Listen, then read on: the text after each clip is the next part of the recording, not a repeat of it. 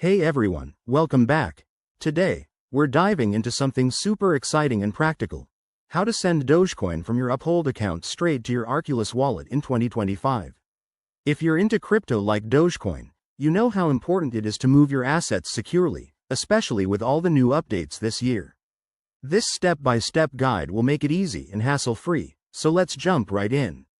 First things first, make sure you have both your Uphold account set up and your Arculus wallet ready to go. You'll need to have some Dogecoin in your Uphold balance. Double check that before we start. Okay. Step 1. Log into your Uphold account using your credentials. Once you're in, navigate to the Assets section and find your Dogecoin holdings. It should be listed under your crypto portfolio.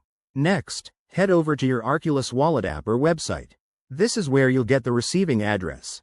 Open your wallet, select Dogecoin as the asset, and generate or copy the wallet address. Pro tip: always verify the address to avoid any mistakes. Crypto transactions are irreversible.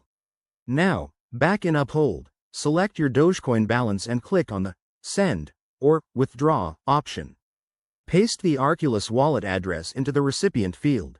You'll need to enter the amount of Dogecoin you want to transfer. Remember to leave a little extra for network fees, which have been pretty stable in 2025.